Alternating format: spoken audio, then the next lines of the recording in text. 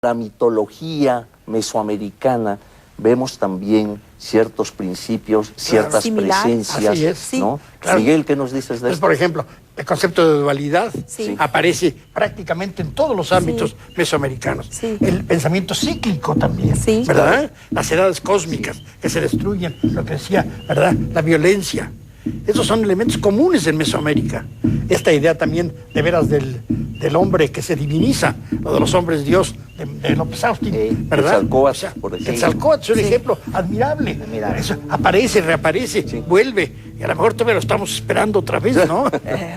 Nuevamente. Luego, la relación con las plantas. Digo, el maíz, por ejemplo. Todo el múltiple, un universo de significaciones, ¿verdad?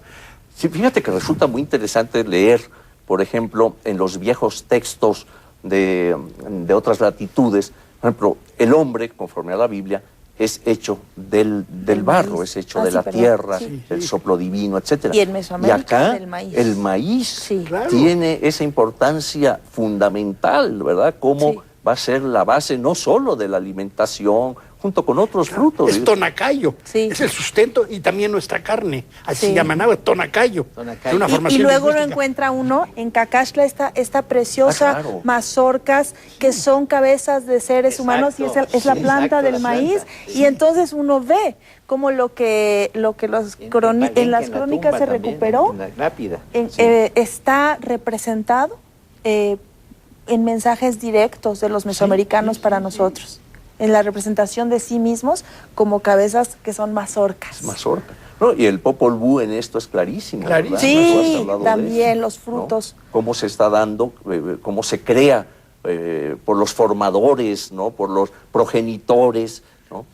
Se va a crear al hombre del maíz, sus sustancias. Y luego dice del Popol Vuh, que es un mito con gemelos, que habla hace un momento de la dualidad, como ese concepto que encontramos en todos lados, y ahí está en el Museo de Antropología de Jalapa, 2 gemelos que fueron encontrados junto a San Lorenzo en el Azuzul, ¿no? Y entonces por eso uno puede hablar de continuidades, porque en esta diversidad ante medios ecológicos diversos hay algunos factores que encontramos. Y en la parte tecnológica, esta agricultura temporal de tumba, rosa y quema, esta agricultura que tiene que manejar inundaciones y montañas, sus condiciones prevalecen. Y entonces tenemos rituales contemporáneos de los pueblos indígenas que están también mirando ese cielo azarosamente y que tienen que reproducir estos rituales a la lluvia, estos rituales a la tierra, porque las condiciones materiales no han cambiado mucho. Prácticamente son las mismas. Y para esos pueblos las tecnologías son casi las mismas. Entonces, esto es muy importante. Yo creo que siempre las fuerzas materiales tienen que considerarse. Tú lo probaste en el Templo Mayor, cuando explicas el fenómeno y la esencia, ¿verdad? Tributo y la estructura, ¿verdad? Y la superestructura. Los nahuas de la Huasteca se lo dijeron a Armstrong. Nuestra sangre es el maíz. Y así le puso a su libro. Pero son pueblos que siguen con la coa, que siguen mirando el cielo ahora con las cabañuelas, ya no con el calendario antiguo, que siguen haciendo rituales en el Postetitla, ¿verdad? A la sirena para que traiga las lluvias. Entonces, las condiciones materiales están presentes, están reproducidas. El mito del origen del maíz, digamos, del árbol de del monte de nuestro sustento, eso se ha encontrado en Chiapas, entre los celtares actuales. En los oques. Y también entre los pipiles de Salvador. O sea, hay en muchos lugares, interesantísimo. Yo creo que otro capítulo que podríamos abordar es, digamos, el comercio, ¿verdad? Los intercambios. Eso fue importantísimo. El comercio interior dentro de Mesoamérica, desde los mercaderes que iban a la laguna de Términos, ¿verdad? Y esperaban a los mercaderes mayas. Y luego esa otra manera de intercambio, no directo, pero sí por etapas, digamos, con América del Sur, que es lo que nos quedaba cerca, ¿no? Por así decir. No tan cerca, pero los metales que van entrando acá. Yo me preguntaba, y traté de inquirir algo, pero sí, no he logrado mayor cosa. La isla de Cuba está muy cerca de México, está como a 300 kilómetros, cuando mucho, en el canal de Yucatán.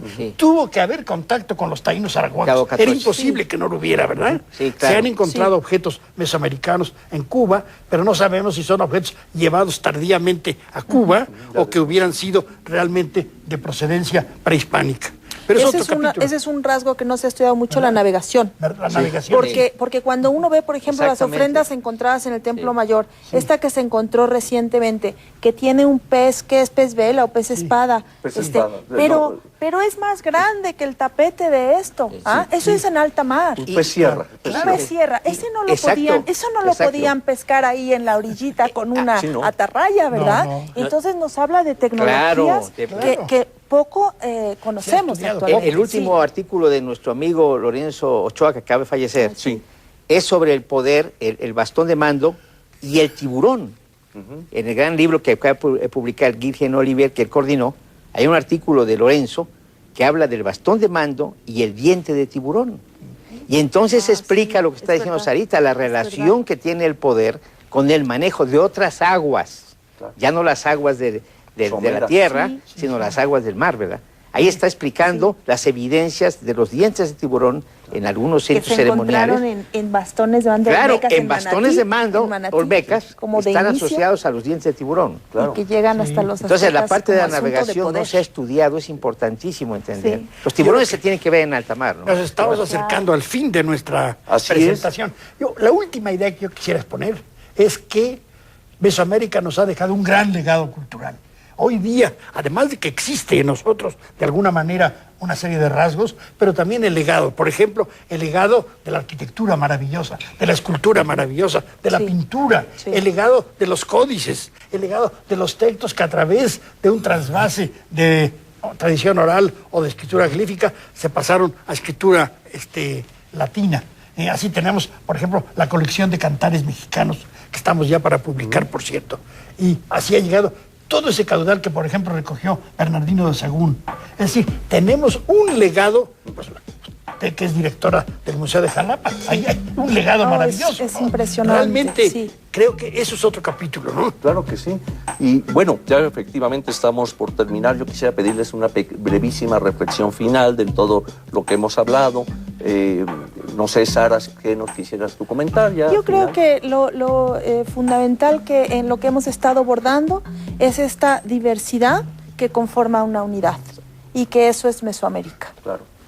Félix. Yo quisiera hablar de la necesidad de enfatizar mucho los estudios comparativos con el resto de las civilizaciones, para no sentirnos, como le decía Heini Herren al doctor, muy nacionalistas, sino vernos en la grandeza de Mesoamérica en el cuadro de las civilizaciones del mundo, trabajar en la comparación. Nos hace falta mucho.